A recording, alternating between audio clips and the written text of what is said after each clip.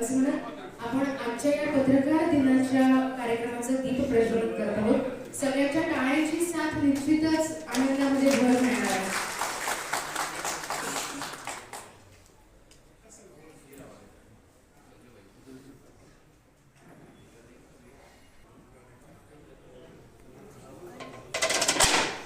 चालू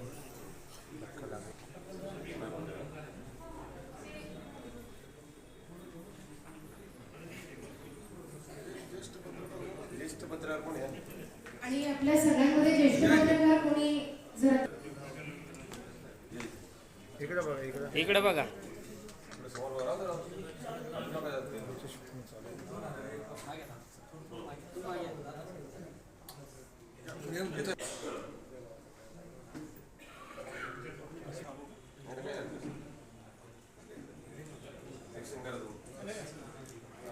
फक्त ते असं लावून बस। ओके, इकडे बघा। बाळशास्त्री जांभेकर आद्य पत्रकार तसंच समाज सुधारक म्हणून बाळशास्त्री जांभेकरांचं नाव हे अग्रक्रमाने घेतलं जातं। त्यासोबतच या सगळ्याच्या अनुषंगाने श्री कालिका मंदिर ट्रस्ट तर्फे पत्रकार सन्मान सोहळ्यात उपस्थित समस्त ज्येष्ठांचं, स्नेहीजनांचं, पत्रकार बंधू आणि भगिनींचं मनपूर्वक पुनश्च एकदा स्वागत भाविकांना असते। तेव्हा संस्थांविषयी आणि आजच्या पत्रकार सोहळ्याविषयी आपल्याशी संवाद साधायला अर्थातच कार्यक्रमाचं प्रास्ताविक करायला येत आहेत सुनीलजी गुळवे सर। पत्रकार दिन सोहळ्याच्या निमित्ताने उपस्थित असलेल्या सर्व पत्रकार बंधूंचं मी संस्थान श्री कालिका देवी मंदिर यांच्या वतीने सर्वजण स्वागत करतो।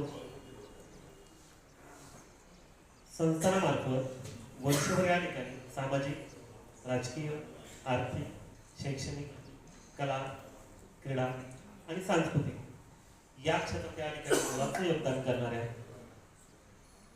आणि महत्त्वपूर्ण आपल्या कार्याचा ठसा उमटवणाऱ्या त्या क्षेत्रातल्या या ठिकाणी गुणवंतांचा संस्थान श्री कालिका देवी मंदिर यांच्या मार्फत या ठिकाणी यथोचित सत्कार या ठिकाणी केला जातो।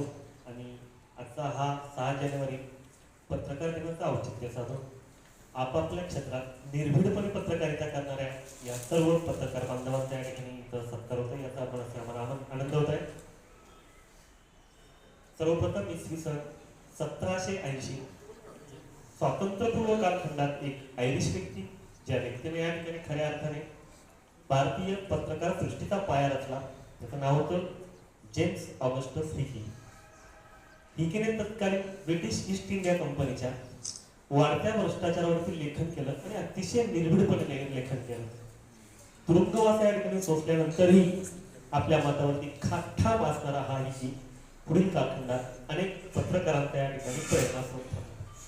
त्यानंतर बरोबर 52 वर्षांनी आपल्या महाराष्ट्रात परकीयांच्या गुलामगिरी विरुद्ध जनसामान्यांच्या मनात परकीय सत्तेविरुद्ध असंतोषाची या ठिकाणी ठेचणी पेटवणारे एक आदर्श पत्रकार म्हणून या ठिकाणी ज्यांचा नामोल्लेख या ठिकाणी अतिशय आदरण आपण करतो ते म्हणजे आचार्य बाळशास्त्री जांभेकर। सर्वप्रथम त्यांनी दर्पण नावाचं वृत्तपत्र सुरू करून समाज मनाचा आरसा, वास्तविक दर्पण वृत्तपत्राला या ठिकाणी समाजासमोर घडणाऱ्या सगळ्यात चांगल्या आणि वाईट गोष्टी तर लोकांपर्यंत पोहोचवण्याचं कार्य दर्पण नावाच्या वृत्तपत्रामार्फत झालं। त्यानंतर दिग्दर्शन नावाचं नियतकालिक देखील त्यांच्याच मार्फत सुरू झालं। या ठिकाणी आपल्या कार्यक्रमाचे या ठिकाणी प्रमुख अतिथी म्हणून उपस्थित असलेले माननीय सत्यजित तांबे यांचं या ठिकाणी सर्वप्रथम या ठिकाणी संस्थान श्री कालिका देवी मंदिरात आपल्या सर्व पत्रकारांच्या वतीने मी सहृदय स्वागत करतो। अतिशय आतुरतेने वाट बघत होतो आणि दादांचं आगमन झालेलं आहे। खरं तर सगळ्यांच्याच मनात ज्यांच्या कार्यकर्तृत्वाचा ठसा उमटला आहे असं हरहुन्नरी व्यक्तिमत्व उभा केली। गेल्या 23 वर्षांपासून संघटनात्मक आणि निवडणुकीच्या राजकारणात आपण सक्रिय आहात। शहर आणि विकासाची दृष्टी ही आपल्याकडे आहे, समृद्ध अशी परंपरा सुद्धा आपल्याकडे आहे। म्हणूनच आपल्याकडे बघून म्हणावंसं वाटतंय की कदम कदम पर नया इम्तिहान लेती है जिंदगी, कदम कदम पर नया इम्तिहान लेती है जिंदगी। संघर्ष का रास्ता कहाँ आसान होता है, लेकिन जो इस संघर्ष के पथ पर चला चलता है उसके ही कदमों में सारा जहां होता है। तो अशा सत्यजित दादांसाठी जोरदार टाळ्या होऊन जाऊ देत आणि अर्थातच त्यांचा सत्कार करण्याची विनंती मी अण्णाजी पाटील आणि कोठाळे सर आणि मान्यवरांना करते की त्यांनी त्यांचा सत्कार करावा।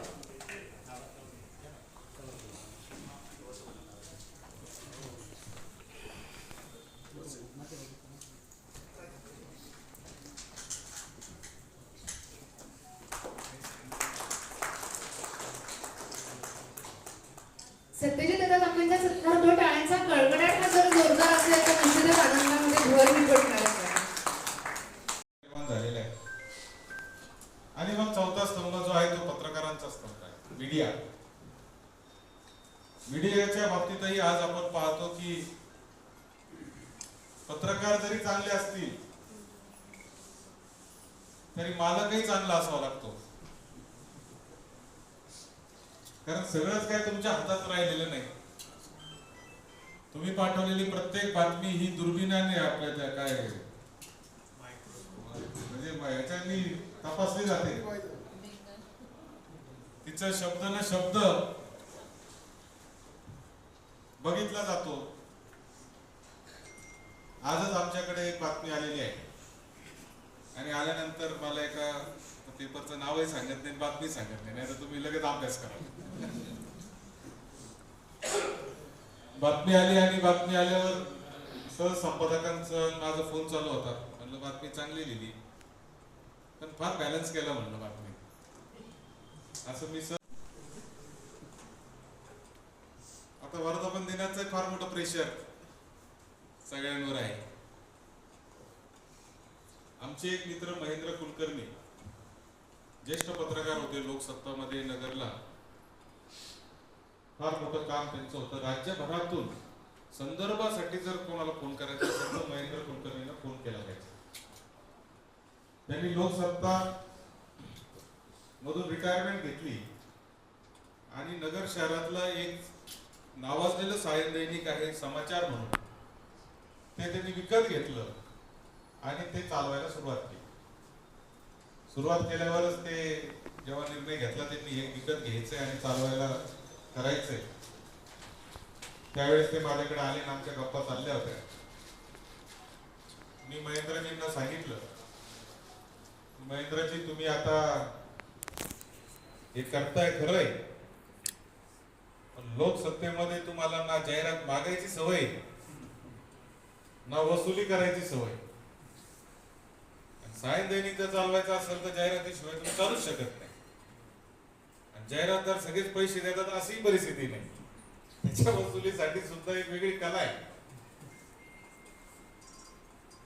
ते म्हणले नाही आता करायचंय असं तसं. प्रचंड चांगलं दर्जेदार त्यांनी हे केलं.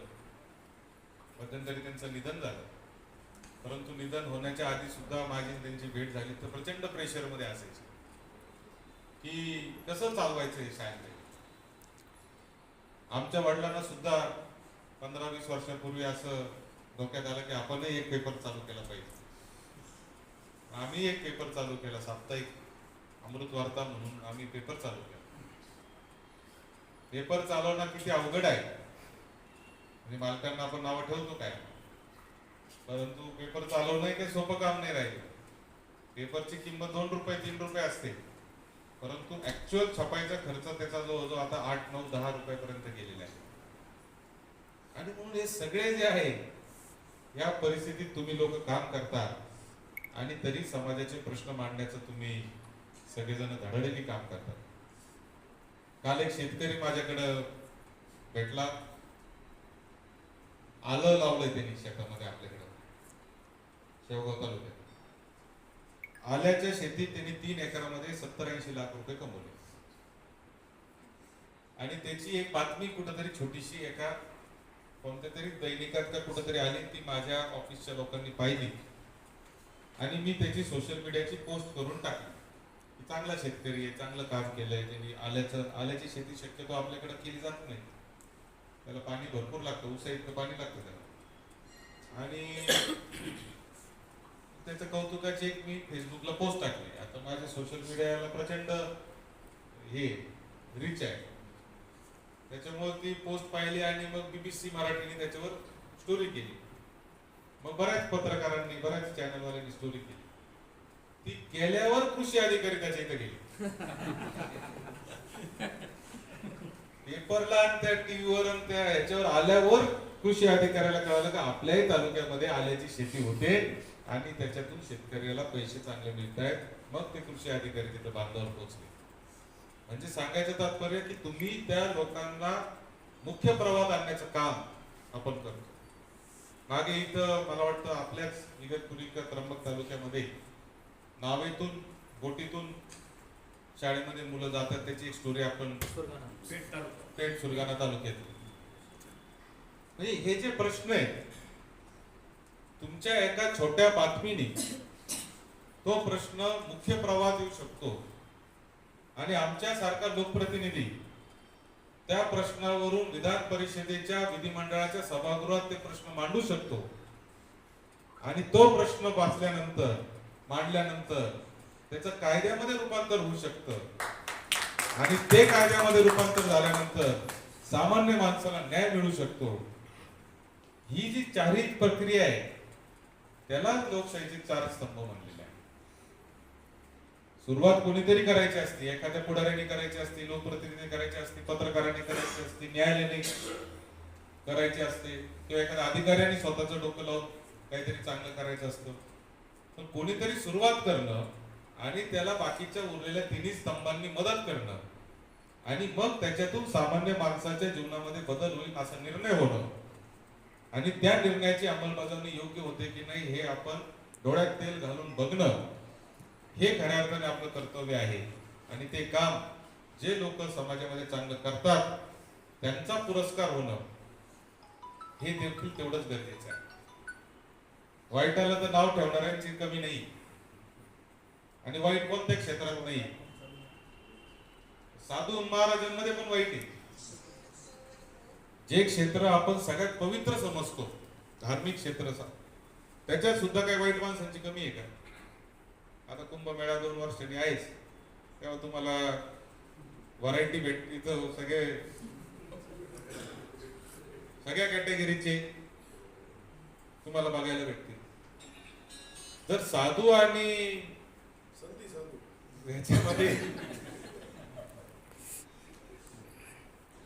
याच्यामध्ये जर वाईट प्रवृत्ती असतील तर मग त्या पुढाऱ्यांमध्ये का नसाव्या, डॉक्टरांमध्ये का नसाव्या, इंजिनियर मध्ये का नसाव्या, का पत्रकारात का नसाव्या, सगळीकडे असू शकतात. वाईट प्रवृत्ती असतातच. त्या 2-5% वाईट प्रवृत्तींसाठी 95% क्षेत्राला बदनाम करणं हे काही योग्य नाही. आणि मग वाईटाला जेव्हा नाव ठेवण्याची प्रक्रिया आपण करत असतो तेव्हा चांगल्याच्याही पाठीशी उभं राहणं, त्यालाही पुरस्कार करणं, त्यालाही पुढाकार देणं हे देखील आपली जबाबदारी आहे. ते काम या ठिकाणी कालिका संस्थांच्या माध्यमातून होतंय म्हणून मी अण्णासाहेबांचं या ठिकाणी अभिनंदन करतो. बरं ते फक्त पत्रकारांचेच पुरस्कार सत्कार करता असं नाही, ते शिक्षकांचे पण करतात, ते समाजातल्या वेगवेगळ्या लोकांचे पण करतात, नवदुर्गांच्या माध्यमातून महिलांचे पण करतात. आज या कालिका संस्थांच्या परिसरामध्ये या ज्या रूम आहेत सगळ्यावरच्या फुल आहेत, फुल. जेवढे पेशंट या नाशिक शहरामध्ये आहेत त्यांचा आधार या रूम आहेत आणि इथं ना नफा ना तोटा तत्वावर मिळणारं जेवण आहे. ना नफा ना तोटावरच आपण जेवण देतो. अतिशय उत्तम क्वालिटीचं जेवण इथं दिलं जातं. नातेवाईकांना डबे दिले जातात. नाही तर दवाखाना म्हणजे काही सोपं काम नाही, अंगावर काटा येतो. दवाखान्यात पेशंट न्यायचं म्हणजे काही सोपी गोष्ट नाही. पण त्या परिस्थितीत त्याच्या पाठीशी कोणीतरी उभं पाहिजे, हे काम कालिका संस्थांच्या माध्यमातून होतं आणि म्हणून त्यांचं देखील अभिनंदन मी आज या निमित्ताने करतो. तुम्ही मला कार्यक्रमाला बोलवलं. खरं तर आज मला आणणं शक्यच नव्हतं. मी संगमनेरवरून आलेलो आहे.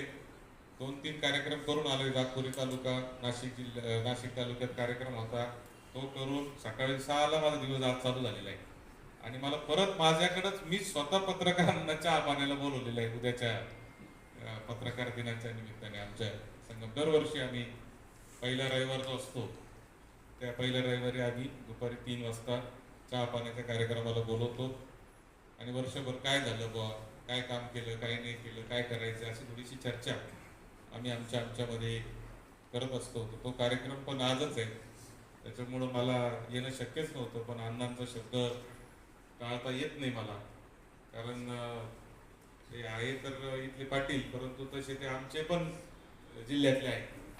ते त्याच्यामुळं त्यांचं काम आणि त्यांचा जो आमच्या परिवारावरचं त्यांचं जो प्रेम आहे त्याच्यामुळं त्यांचा शब्द टाळणं मला शक्य होत नाही आणि म्हणून मी आज या ठिकाणी आलो याचा मला विशेष आनंद आहे की त्या निमित्ताने आपल्याशी संवाद साधण्याची संधी मला मिळाली आणि तुमचेही काय 2-5 लोकांचं सत्कार होईना माझ्या हातून जरी झाला तर खरं तर मी तुमचं काम इतकं मोठं आहे. बरं ह्याच्यात काय छोटं मोठं काम नसतं तुम्हाला सांग. काहींना असं वाटतं की मोठा पत्रकार, काहींना वाटतं छोटा पत्रकार, काहींना वाटतं मोठा पेपर, छोटा पेपर, काहींना वाटतं मोठा चॅनल, काहींना वाटतं छोटा चॅनल. काही नसतं.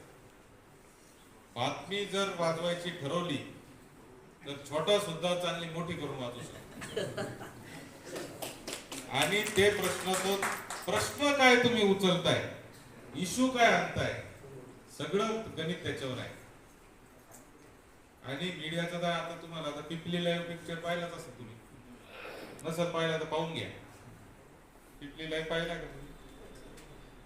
पिपली लाईव्ह नावाचा पिक्चर आहे तो बघायचा. बघितलाय का? की पत्रकार काय करू शकतात याच्यावरचा तो पिक्चर आहे. आणि खरं आहे ते 24 तास चॅनल वाल्याने तीच परिस्थिती केलेली आहे. आता कितीतरी जोक आजकाल येतात, बघितले असेल तुम्ही. मेमीज ते म्हणतात ना काय,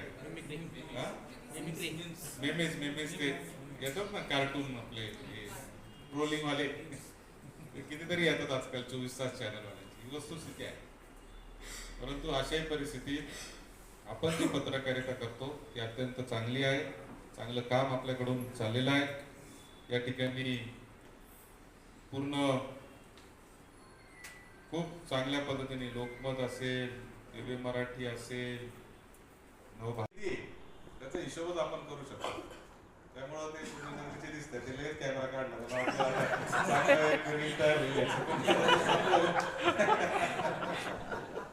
समय सूचकता चांगली तुमची, पण ती गेली थोडी उशीर झाला. परत मी ते बोलू शकत नाही. करण्याचा कार्यक्रम अण्णासाहेब पाटलांच्या नेतृत्वाखाली होत असतो.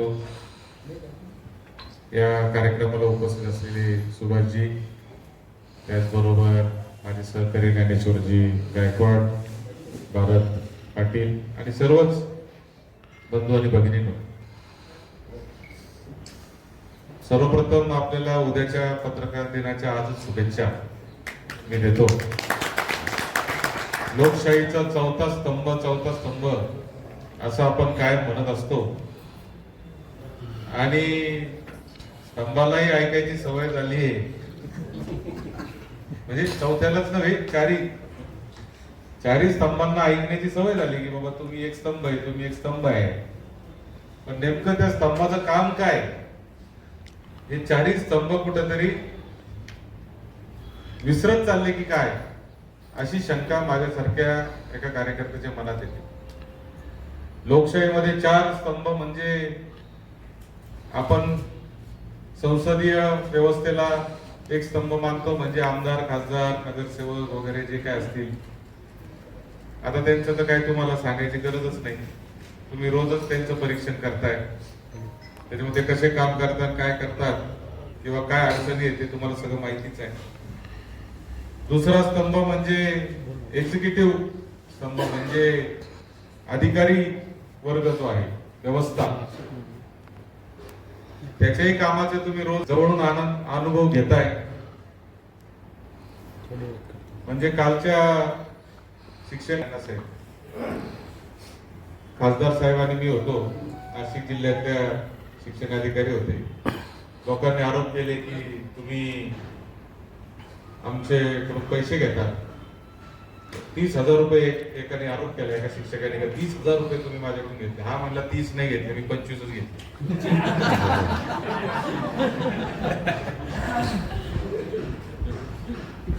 एका खासदाराच्या, एका आमदाराच्या समोर एवढं बोलण्याची जर हिंमत एखाद्याची होत असेल तर तो स्तंभ कसा काम करतोय याचं काही तुम्हाला वेगळं सांगण्याची आवश्यकता नाही. तिसरा स्तंभ न्यायपालिका आहे.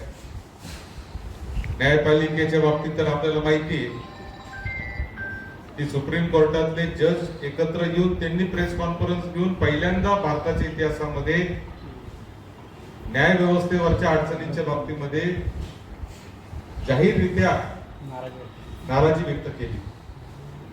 एवढंच काय तर कोर्टाच्या परिसरात आजकाल गेलं तर निकाल मॅनेज करता येतो अशी चर्चा तिथले आता चहावाला सुद्धा करायला लागलेलं आहे. त्यामुळे न्याय व्यवस्था ही काय अडचणीत आहे आपल्याला माहिती आहे. त्याच्या विश्वासार्हतेवर मोठा प्रश्नचिन्ह निर्माण झालेला आहे. आणि मग चौथा स्तंभ जो आहे तो पत्रकारांचा स्तंभ आहे, मीडिया. मीडियाच्या बाबतीतही आज आपण पाहतो की पत्रकार जरी चांगले असतील तरी मालकही चांगला असावा लागतो. कारण सगळंच काय तुमच्या हातात राहिलेलं नाही. तुम्ही पाठवलेली प्रत्येक बातमी ही दुर्बिणाने आपल्या काय म्हणजे ह्याच्यानी तपासली जाते. तिचा शब्द न शब्द बघितला जातो. आजच आमच्याकडे एक बातमी आलेली आहे आणि आल्यानंतर मला एका पेपरचं नावही सांगत नाही, बातमी सांगत नाही तर तुम्ही लगेच अभ्यास करा. बातमी आली आणि बातमी आल्यावर सहज संपादकांचा माझा फोन चालू होता. म्हणजे बातमी चांगली लिहिली तर फार बॅलन्स केला म्हणलं बातमी, असं मी सहज प्रतिक्रिया दिली. ते म्हणले आता काय करणार, करावंच लागतं, वर्धापन दिन जवळ आलेलं आहे.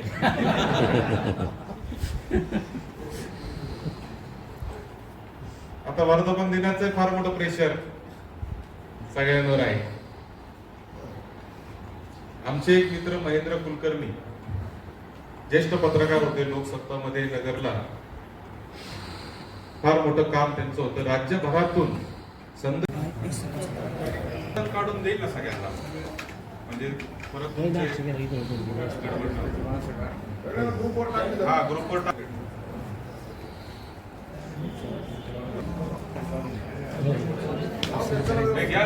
त्यानंतर रखमाजी पांडुरंग सुपारे, दैनिक सकाळ.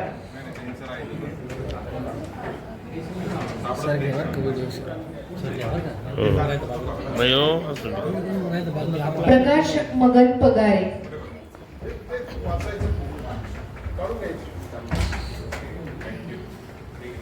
प्रकाश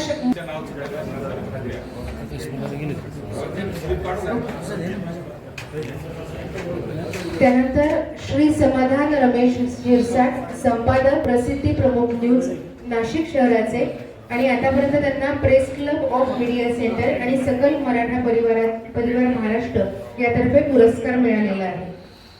श्री समाधान रमेश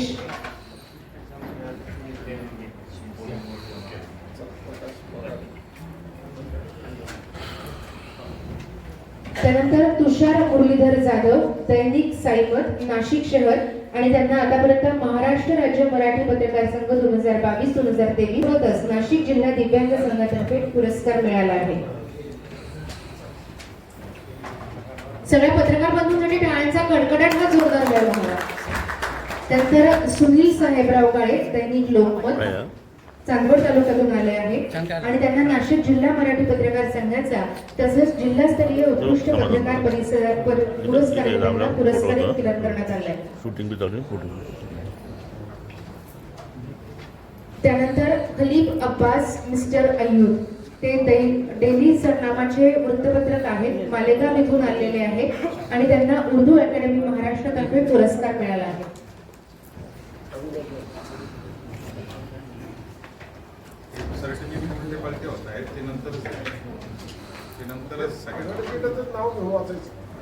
श्री गणेश हनुमंत देवरे, दैनिक लोकमत मराठी न्यूज निफाड मराठी पत्रकार संघाचा पुरस्कार 2018चा आणि जिल्हास्तरीय उत्कृष्ट पुरस्कार 2016चा मिळाला आहे.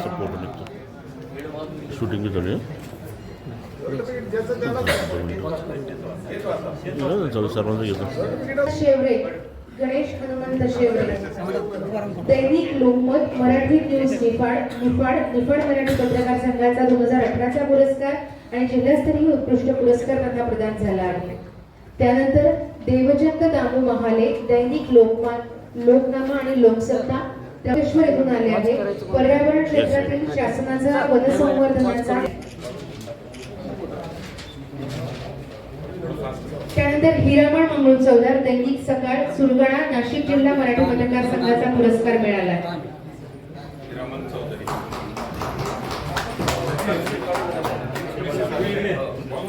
त्यानंतर नंतर दीपक काशीनाथ सोनवणे दैनिक भ्रमर येवला उत्कृष्ट पुरस्कार. त्यासोबतच दैनिक भ्रमरचा त्यांना अहवाल पुरस्कार दीपक काशीनाथ सोनवणे. त्यानंतर श्री चंद्रकांत किसन धात्रक आणि नाशिक शहर place club of media centre Marathi पत्रकार संघाचा यांना पुरस्कार प्राप्त झालाय.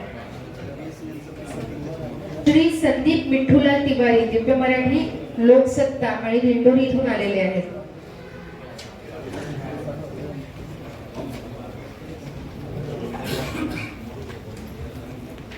त्यानंतर संदीप अशोक जेजुरकर दैनिक पुण्यनगरी महाराष्ट्र पत्रकार संघ नाशिक जिल्हास्तरीय पत्रकार आणि मराठी पत्रकार संघाचा उत्कृष्ट बातमीदार म्हणून यांना पुरस्कार प्राप्त झाले आहे.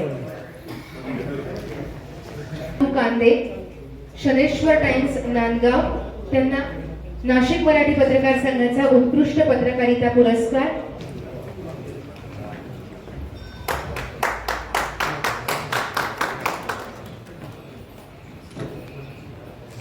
त्यानंतर भिला शंकर आहे पत्रकार संघातर्फे पुरस्कार प्रदान करण्यात आले आहेत.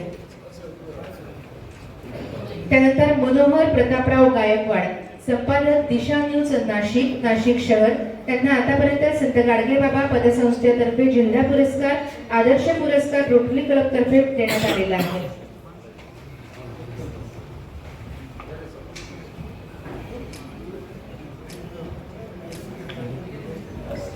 निफाड येथून हे आले आहेत. त्यांना महाराष्ट्र पत्रकार संघाचा जिल्हास्तरीय पुरस्कार माणुसकी फाउंडेशनचा निफाड दर्पण पुरस्कार असे एकूण 10 पुरस्कार त्यांना प्रदान करण्यात आले आहेत.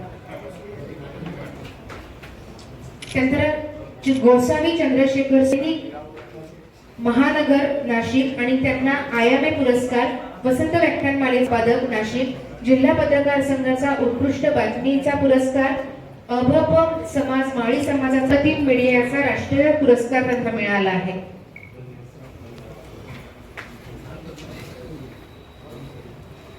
दोषी दैनिक नवराष्ट्र दिंडोरी जिल्हा नाशिक तालुकास्तरीय आणि राज्यस्तरीय पुरस्कार यांना प्रदान झालेले आहेत.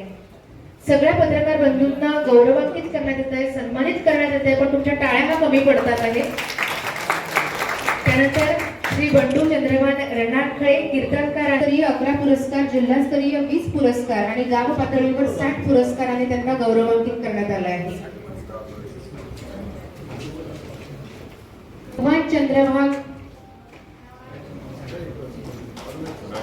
भगवान चंद्रभान गायकवाड दैनिक लोकमत दिंडोरी तालुक्यातून आले आहेत. दिंडोरी तालुक्याचा आदर्श पत्रकार पुरस्कार त्यांना प्रदान करण्यात आला आहे.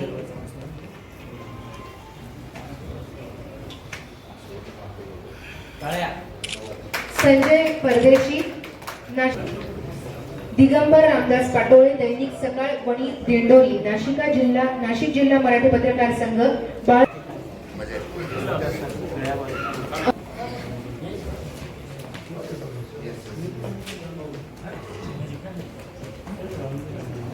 नाशिक शहर तालुका मराठी पत्रकार संघ आणि प्रेस क्लब ऑफ मीडिया सेंटरचा त्यांना पुरस्कार प्राप्त झाला आहे.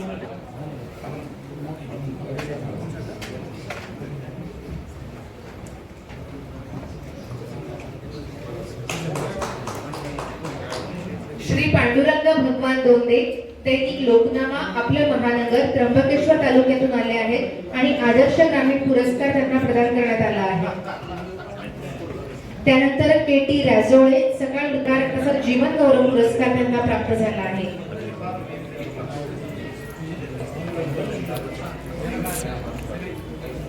इथे सकाळ सिन्नरचे प्रतिनिधी आहेत ते विकास सुरेश गिले यांनी उपस्थित राहायचंय.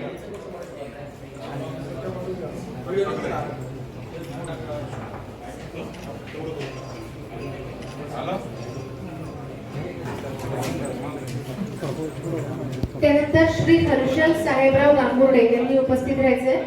श्री साहेबराव गांगुर्डे